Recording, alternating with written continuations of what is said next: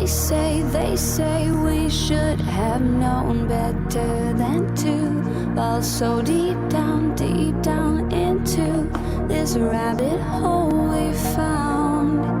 And I was thinking, hi, this is Nico. You're listening to my Dad Fall, also known as the White Rabbit, and James Jardine on the one and only Down the Security Rabbit Hole podcast. Buckle up and enjoy. deep into this pool of regrettable situations. Pitch black, think back to the last time that we were happy.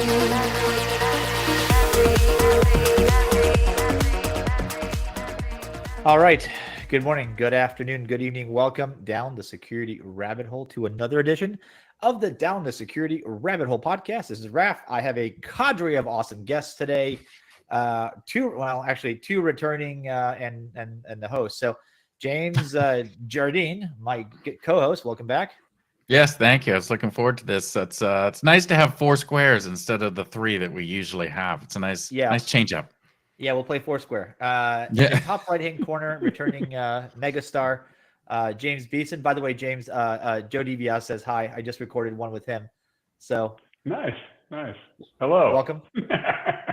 And in the bottom right-hand square, which is that way, I'm going to keep doing this until I get it right. That's Mr. Tom Venables, now a resident of good old Atlanta. Welcome, man. Good to be back. Thanks for having me. All right. So in a episode on procurement, some of you may be thinking, what the hell does procurement have to do with security? And that is the problem exactly. So, Tom, why don't you set this one up for us? Because this was your idea. I like the setup that we were doing in our pregame before my laptop decided to connect to the actual Wi-Fi network here. Go ahead and set that up for me. Yeah, I was toying with the idea of calling it supply chain risk to start with, but it's actually a little bit broader than that. I'm getting tired of the number of conversations I have with procurement functions that haven't brought their CISO into the process. They're responsible for securing some of these services and applications for large organizations, but security is taking a backseat. And the one that really kicked it off was reviewing a large-scale project plan that said security under non-functional requirements. And at that point, I really said, well, if you're not securing these applications, then the rest of the functionality doesn't really matter because it's not going to be fulfilling the purpose that it needs. So I wanted to have a conversation about how we bring them in and ensure that they're securing the enterprise properly. Fair enough. So I asked at the beginning, right, semi-jokingly, what in the world does security have to do, procurement have to do with security? And I think that with all of a lot of the breaches we're seeing lately, maybe not all, a lot of the breaches we're seeing lately, the companies, at least the larger ones, have figured out how to protect themselves reasonably well, but their vendors, their partners, their software as a service providers, everybody else is not quite there yet. So I'm going to pose this to you, and I'll let you start it, Tom. And that is, what's your thoughts? Where are we? What have you been seeing in the broad sense?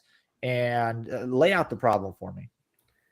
Yeah. So every organization now, doesn't matter what industry you're in, has some element of tech involved. As we move to software as a service, digital transformation, all of these buzzwords that we get asked by journalists to comment on, those vendors that are providing those services are critical to the business operations.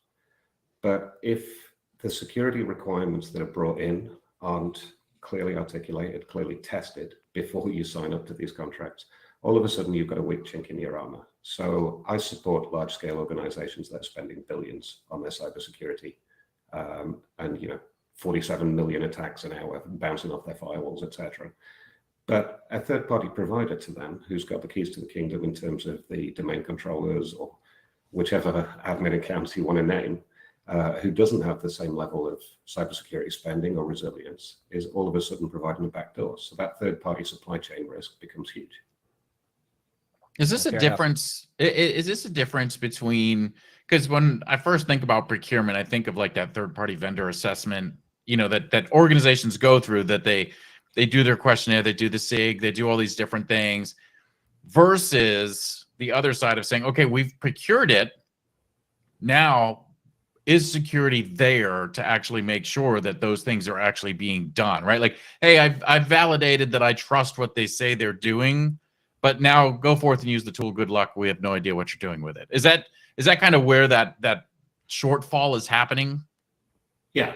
There's two sides to this. There's the buyer side, which is not necessarily assessing the security of the solution effectively, but there's also the vendor side.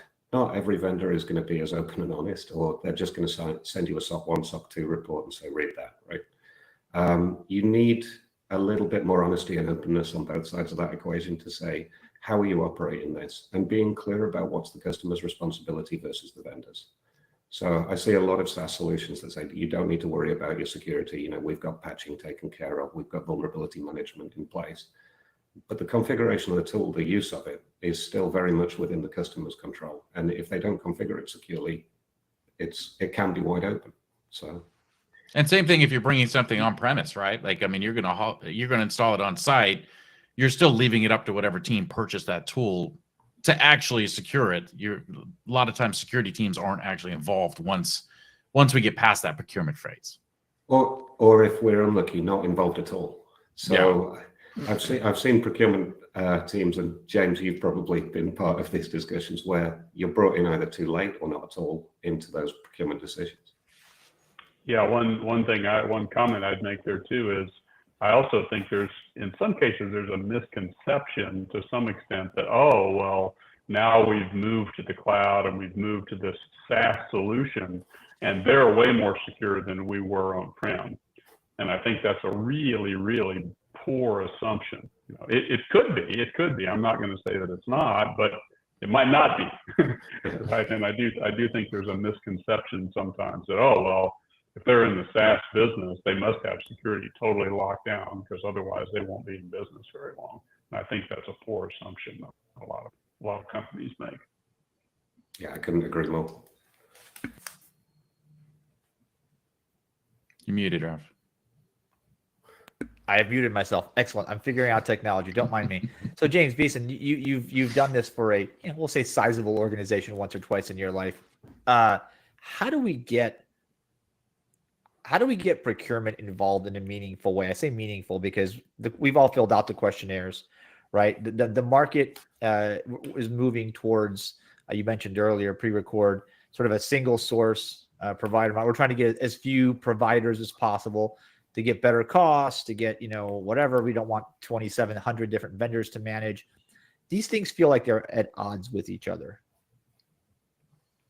Well, I think they are. And as we talked a little bit before we started the podcast here, my view is, having spent a lot of time in two very big companies, is that we've spent the last 10, 15, 20 years, in many cases, very focused on getting to single source providers or getting to one provider for whatever the solution is that you're looking for. And of course, that drives efficiency. You could argue it drives effectiveness to some degree too. And the bad news is that now that we've got this additional, fragile ecosystem, right? And we have ransomware attacks up, I actually read the stat this morning that said up 68%, and over half the ransomware attacks are in the US. Now, if you have that kind of an attack on a single source provider that's critical to your business, you're hosed, right?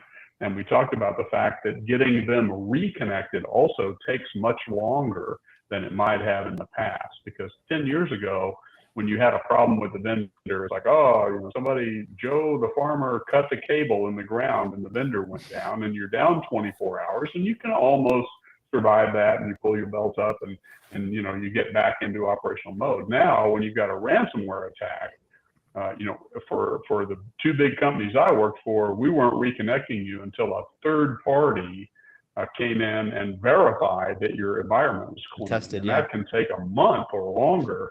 And in the meantime, the business is screaming, saying, "Oh my God, we don't have this operation." So I do think now, businesses really need to pay attention to the business continuity side of this. They need to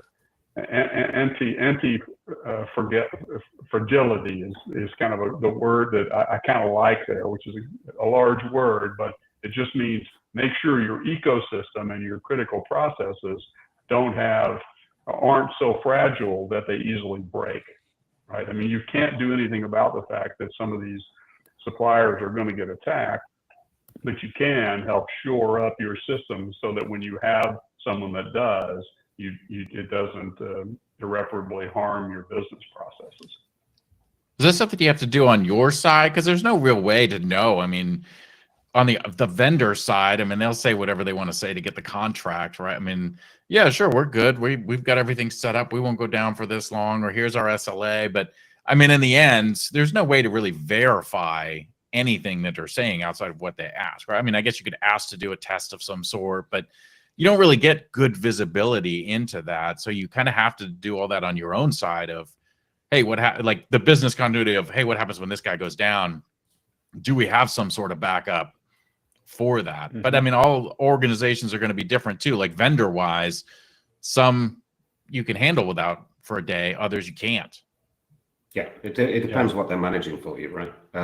If it's a critical business process, then I'd like to see them brought into more red teaming exercises, more tabletops, so that as part of that onboarding process, you can prove what your disaster recovery and BCP plans are. Like you've already tested that before you go live with that service, because the worst time to find out is when you suddenly find out you can't ship product or you can't fulfill orders. I feel like the other challenge I would say that I've seen, and I would love to get you all's perspective, is there is a continuum here, right? What I've tended to see in the past is if you're a small startup, which in many cases have some of the most innovative solutions, because they're a small startup, you typically don't have nearly as formal or sophisticated or robust security program that you do if you're going and doing business with a large, mature business that's been in business for multiple years.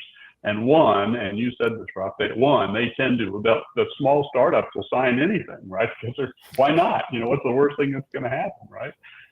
Where the large guys typically will push back on things like limited liability. So I do think that's a criteria that you have to keep in the front of your mind all the time when you're thinking through this, because in many cases you want the small startup because it's a more innovative solution, but then you worry on the back end about the security. So love your perspectives on that. So having worked, James, having both been on the buying side and on the seller side, I'll tell you, any vendor that accepts unlimited liability isn't giving you anything, right? And I remember when I was at GE, we were taught to try to ask for as much liability as we could get. But any vendor that said, sure, I'll take uncapped liability, like avoid like the plague, because they've got nothing to back that up, and you're just going to end up owning a company you don't want. That said, there's got to be somewhere in between where like holding them liable, financial liability isn't the only.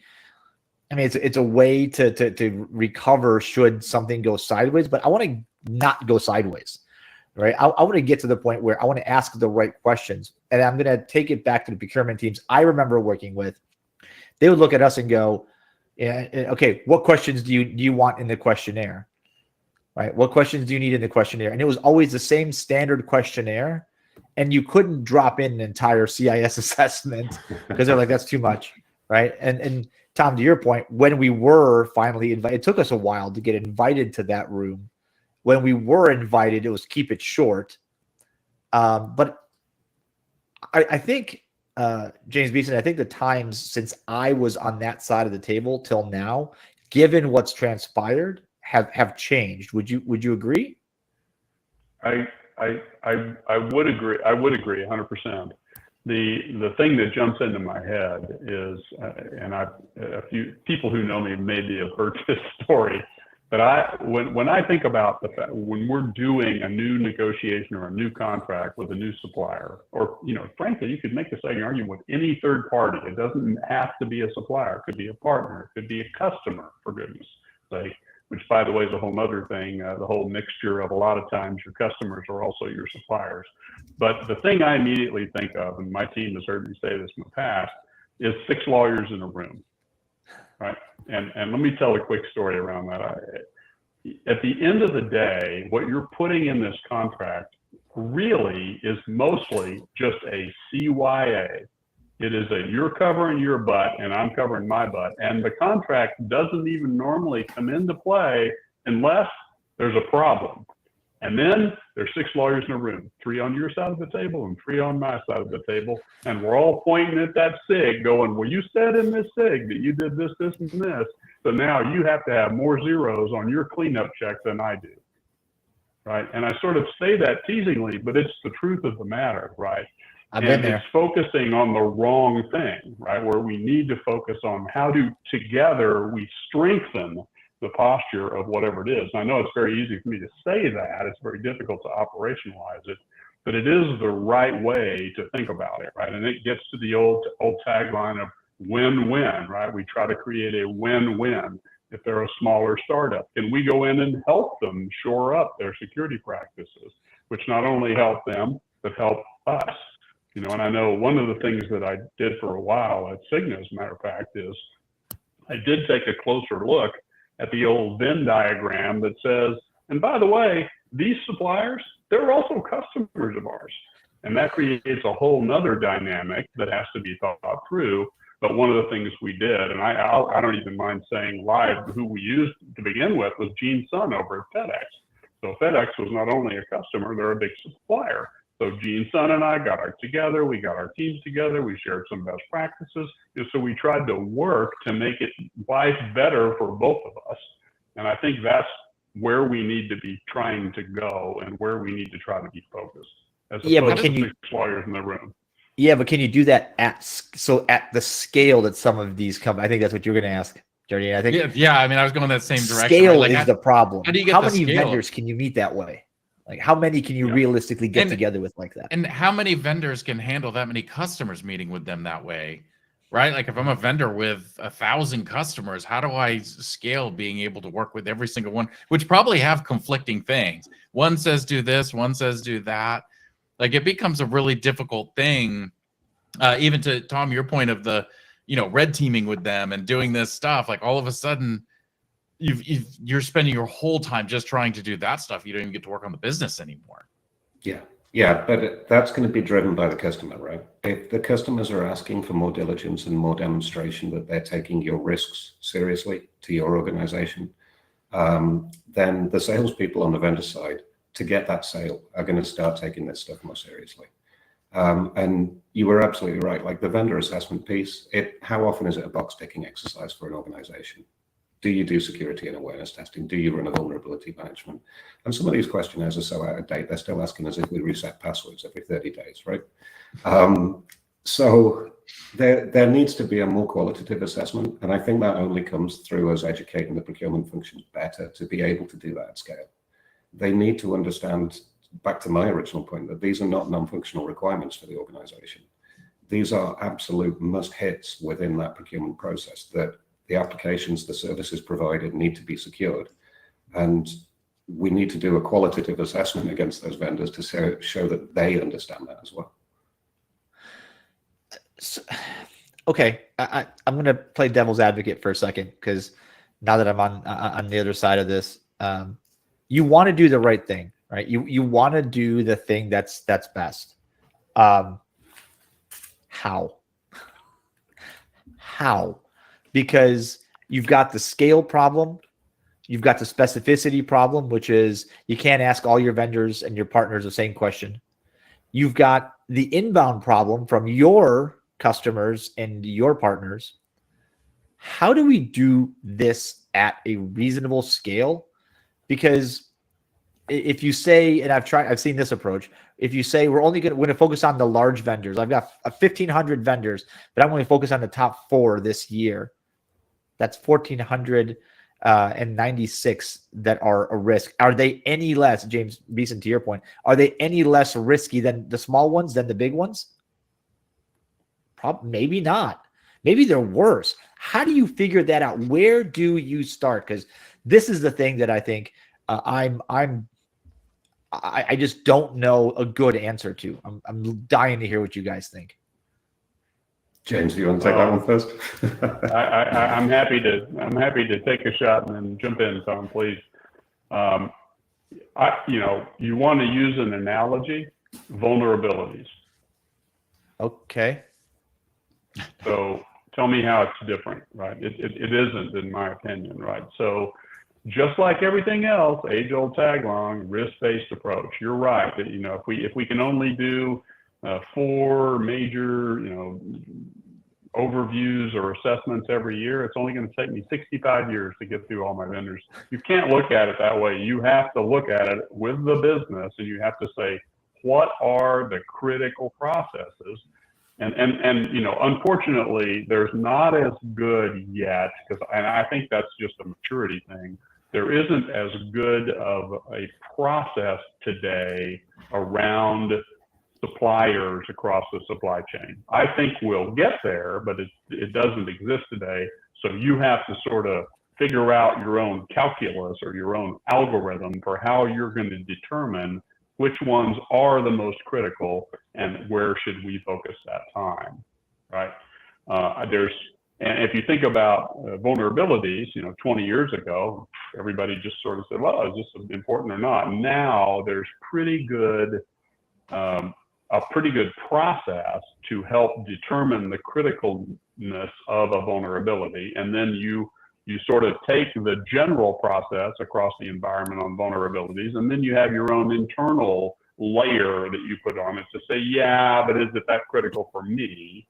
And then you have a process around that. So again, I don't want to dive too deep, but I do think you have to take a similar approach. You cannot scale. I do think it'll mature over time, and some of the players, the security scorecards, the bit sites, some of these players that are in the space to help you better understand who's more risky than somebody else, those things will mature as well, and will probably give us additional help to make it easier to determine which ones are the most important or need to be focused on.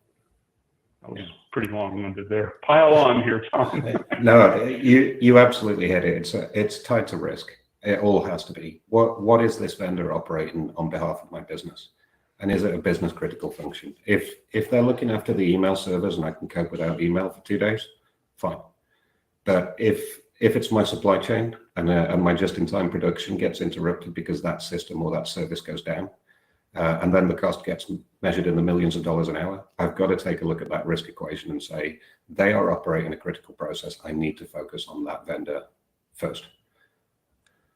It's an interesting spot though, right? Because I mean, you think about business functionality, all that stuff, but what if we were to go back a few years and say, well, it's just our HVAC vendor that happens to have access into our system, right? I mean, so, it's again, like it is figuring out that risk, but sometimes the greatest risk is something that doesn't even tie into any of our processes.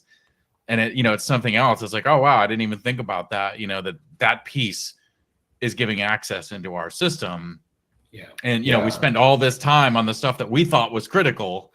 And, it's always that, right? The one low that became critical at that one moment, but every moment before that, it was considered a low. Yeah. But a decent vendor in that conversation is going to understand that they have the keys to the kingdom, and that they need to demonstrate that they're putting controls in place. One of the things that helps is that we're actually getting a little bit of external push for this now. There's legislative pushes to hold vendors to account for the risk and to share the accountability. And I think that will, over time, hopefully ensure that on both sides of the equation, we're taking a lot more seriously and putting the controls in place. But we all see it, right? How many CISOs are sat in the board and having the risk management discussions? It's still not as many as it should be. There's a gap between the controls that are operated within the InfoSec organization and the risks that are being managed down from the exec suite. James, Beeson, I got a question for you because I'm hearing this conversation, and again, I'm thinking of devil's advocate in this conversation for the time being, because I am thinking of the chats I've had where I have said, we cannot bring this vendor aboard. This is a hazard. Like this vendor's a hazard. They clearly don't have security controls in place. They've never thought about it. And the line of business goes, yeah, but that's the only vendor that does this. Make it work. Mm-hmm. So then what? It's like anything else. You've got to figure out what kind of box or what kind of, what kind of mitigating controls you can put in place. And I hate that sounds oversimplified, but it is kind of the truth, right? I mean, and we talked about this a few minutes ago, right? A lot of times it is those smaller companies that are, super innovative, but don't have the mature processes yet, which is a lot of times where you run into that. And the business says they're the only one doing it. It's a brand new thing. And we are going to lose out to our competitors if we don't bring this process in. And all you can do is try to come up with, you work with the business to enable them to try to figure out how do we put mitigating controls around this. And, James, you mentioned the HVAC, which all of us immediately connect. But you know what? That's a two-way street. So I don't blame the HVAC company for that either, right? It's not that hard in today's world to have a mitigating control. Why would you ever have been able to get to the critical systems that they were able to get to from that? Why wouldn't they only be allowed access in? So again, you hate to say it's security 101, but it kind of is.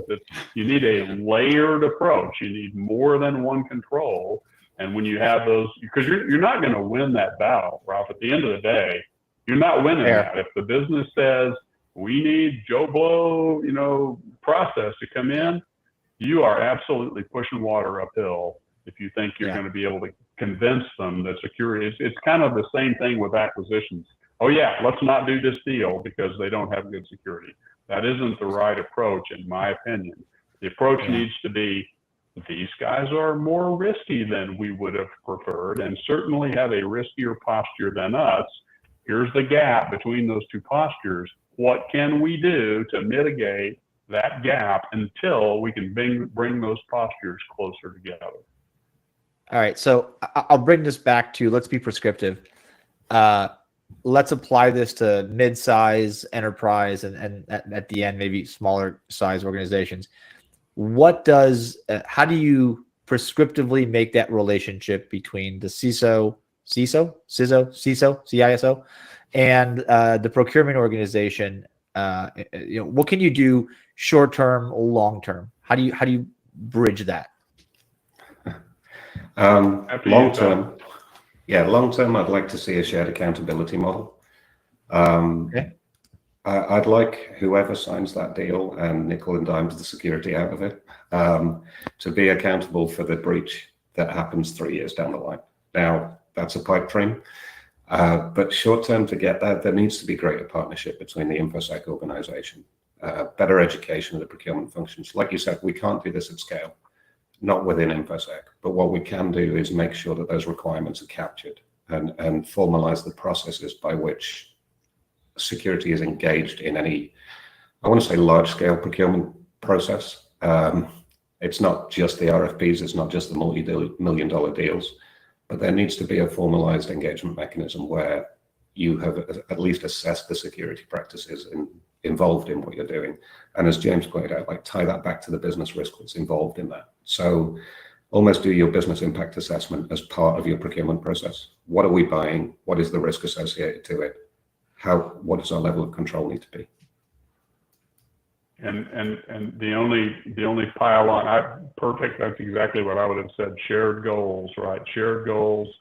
Which I know sometimes with procurement we have opposite goals. They're trying to get dollars, right, or increase their diverse business spend or whatever it is that can work against us. But it is about the communications and the trust that you build between the two environments of shared goals. The only other comment I was going to make was that remember a common ground I think in most big companies. I don't know about I know my two big companies. Third-party risk management was right there. I mean, we are running first and second place in the biggest risk in the company. You know, who's going to win this quarter? Is it going to be cybersecurity is the biggest risk, or procurement and third party is the biggest risk? So my point is just they're always way up there in the upper right-hand corner of the risk quadrant. So that's a goal you have in common, you know, because there's a heck of a lot more risk to third party than just cyber, right? Yeah. So I think that's a way to try to, you know, build a stronger or tighter relationship with your procurement team. Is there lack though? I mean, it seems like it's both sides. Like procurement doesn't really have the awareness that they need of how security fits in their side, but also, you know, half that, I don't want to say blame, can be put on the CISO side of being able to say, hey, you're not coming in here and being able to effectively drive that change and show, hey, this is how we should fit in here, right? I mean, there's kind of those two sides to that puzzle. And I don't know, maybe it's a toss up of nobody really wants to be the one to step across the dance floor here and say, hey, we need to start addressing this, right? Because that becomes that selling point, you know, as a CISO, that is your role, is to be able to sell, hey, this is our stuff that has to be in here and this is why it's important. But also when we talk about like annual trainings and role-based trainings, what training is out there for procurement to be able to know, like, hey, this is where security fits in my stuff. This is why it's important. Because without that, or without CISOs coming over or security coming over, they have no idea, oh, hey, I have to go do this. I don't know that it's non-functional versus functional. You know, how do we figure out who is making that first step to be able to help drive that? Yeah, I mean, we keep talking about the CISO, but it's everybody on the IT side's responsibility, right? And a lot of this is driven sort of out of the CTO office, actually, because the CISO is busy putting out fires in stuff that's already been built. We need to release them to be more strategically engaged with that, so that they can start to determine this isn't a non-functional requirement. Like before you even talk about the functionality of the solution, are we about to open our business up to massive interruption? Because we can't trust the database security of these guys, or we can't trust their operations. Then there needs to be the partnership to say, okay, well, if that is one of those vendors that we have to engage, that we can't say no to, how do we partner with them to improve them? And I think, James B., you highlighted that. Like some of your vendors are also your customers, and you can work hand in hand to improve that security posture. So I think you're right, James Jardine. It needs to be both sides, but I think that comes back to the shared accountability model. If there's no incentive for everybody to join in, then we've got to create that. Yeah, the only problem you run into with shared accountability is if everybody says, oh, it's shared, nobody says, oh, it's mine, right? And then nobody's accountable. Right, like everybody's sitting there staring at it thinking somebody else is coming for it. Yeah. Guys, what's the role of that automation plays in this? Because a lot of this sounds like it's manual process. It can't be. Like it just can't be. It doesn't work in any meaningful way. Like James Beeson, you know, risk-based analysis on 10,000 vendors, like you'll be done sometime today after never. How do you automate some of this? Are there platforms for this? Do you pull it straight out of SAP or your preferred procurement app, or do you have a third party? Is there third-party software? We don't need to name names, but are there third parties that do this? Like, what's the way to do this? And I'm specifically asking that does not mean spreadsheet. Yeah, no, I'm with you. You know, there are, you know, and I said this earlier, right? If we're going to use school as the yardstick here, I'd say we're in about the third grade, right? That's my Jim Bob assessment of kind of where we are in the maturity of this. So there are platforms. There are plenty of platforms that help procurement teams, pretty massive platforms that just help you understand where, you know, all the contract language and everything associated with that. And then there are platforms, I mentioned a couple earlier, Security Scorecard, Beeson, just as examples that, you know, and I think over time, this is going to mature where the existing procurement platforms have more cybersecurity related components to them, and probably the cybersecurity focused platforms are going to end up with more wider third-party risk management pieces of data. So I feel like my view is this is still pretty immature, and the risk is moving faster than the maturity of the platforms. And I don't know if we'll see a swing. My guess is we will, because almost everybody's got third-party risk management as one of their top priorities. So I suspect we'll see more money, more investment, more time put into how do we accelerate the maturity of some of these platforms that can help us. Because you're 100% right. You can't do this manually. What you can do is you can begin to narrow down the risk-based approach and begin to create a Pareto so that then the human can step in and go, okay, does this pass the litmus test? Are we focused on the right thing? Is there a pivot point then, an inflection point in history that's coming, or has happened, or is there a catalyst for this? Because third-party risk should have been, and has been on the radar of CISOs at least a decade as a big deal, right? At least a decade. What suddenly made it urgent that something's going to change today? Well, there's two. Go ahead, Tom, please. Yeah. After you. We've got increased digitization. Right? Companies that were never tech companies are now relying on third parties to run their business, whether it's in SaaS, whether it's in managed service provision, hosting providers, etc. So that's driving some of this. I think we can take a little bit more of a steer from some of the other highly regulated industries out there. So if you're dealing with like global financial transactions, there's business partner screening that can happen at the time of the transaction in a few milliseconds that assesses everybody in that transactional chain and says, are any of them, in breach of global financing of terror or anti-bribery and corruption or anti-money laundering legislation, right? There's nothing stopping us including cybersecurity metrics, to your point, James, as part of those vendor evaluation pieces. And we should be able to do that transactionally and automate that the same way that we do for financial processing. Okay. And the only thing I would just pile on there a little bit is there's two big things that are driving the change. You talked about the pivot there, Rob. Two things, and we've talked about them a little bit. First of all, there's the acceleration of digitization, right? And you can argue that the COVID, the pandemic, I argue accelerated that. Yeah, right? So that's fair. In 2020, everybody started to go, oh crap, we better figure out how to digitize. And That's so, fair. Many companies now are much more digitally connected, number one. Number two, almost all the software vendors on the planet are moving to a SaaS model, away from you buy a piece of software, here's the CD-ROM, load it up on your server and run it yourself. So those are two massive changes that I think are the inflection point. And then the other one is the threat landscape, and we talked about that. Number one risk out there right now for most big companies is ransomware, right? Huge impact, 68% increase in 2023. Half of all the ransomware attacks happened in the U.S. So that's also changed the game and caused the need for a very accelerated, look at how do we improve or mitigate the controls here. My point of view. How long do we have? Because I think if it's one thing we know for sure is when you have a catalyst event, the horizon for when people forget and go back to the and forget the catalyst and go back to the old ways, it's good enough, it's fine, it is shrinking. How long do we have? How long is the iron hot, and how long do we have to strike on this? I think the threat actors are actually helping us out there because we get a new news story every day.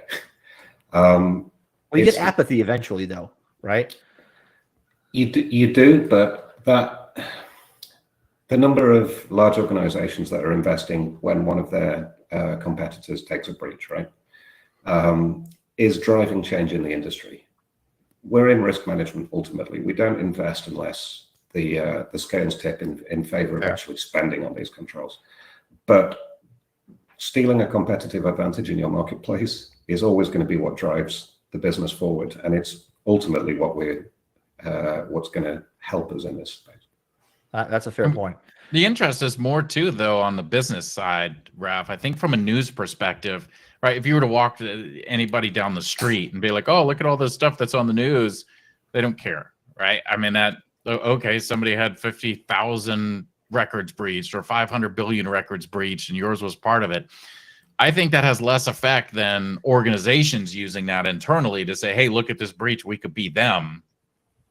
That's going to drive that much further within the organization and worrying about, did the customer care? Yes, there's lawsuits that come through that, but I think from a general public standpoint, the organization has much more stake in watching those headlines and helping that drive. I think to Tom's point, those news headlines are driving that, but I think it's driving it from the business side. It's not driving it from the consumer side, because like you said, like with apathy out there and everything, people just like, okay, another 500 billion records gone, like whatever, Well, Yeah. and of course the bad guys are not, the one thing they aren't is stupid, right?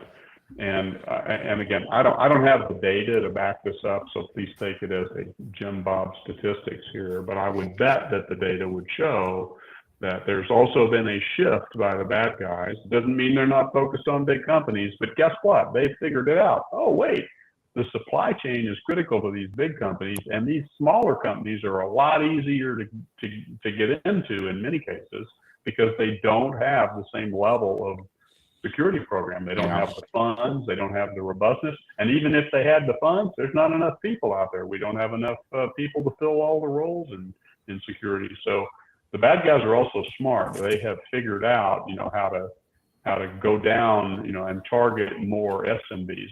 Never mind the fact there's thousands more of those than there are big giant companies. So we used to say all the time in the trainings, you talk about it, like, am I going to go after a city or a Chase, or am I going to go after one of the small people that work with a city or Chase, right? Like, I'm not going after the ones that are spending $1 billion a year on cybersecurity.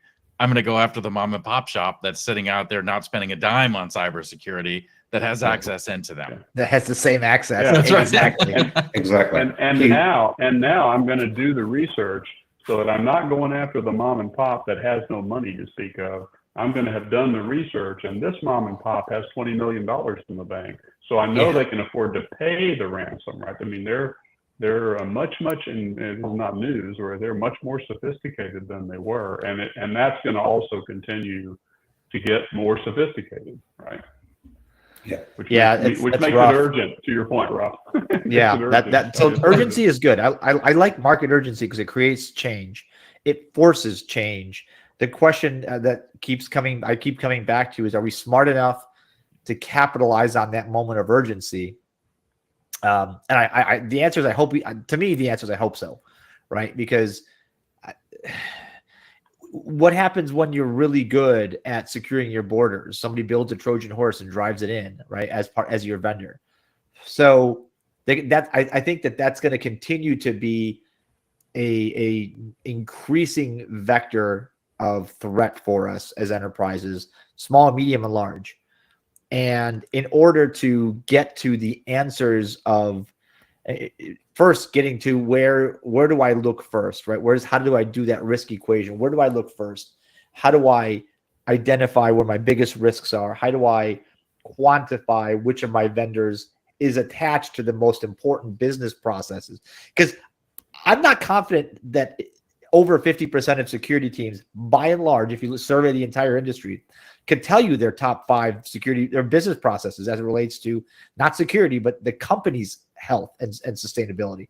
So to then say, oh, now pick the 10 vendors or the vendors associated with the top 5 business critical processes that you don't know exist. So I feel like there's a leveling up that needs to happen, but it's going to happen in concert with the leveling up of the CISO, right? Because as we're seeing, Joe Debe has mentioned, the trend that he's most concerned about is as CISOs start to get held accountable for some of these breaches, right, to the point of like maybe being prosecuted.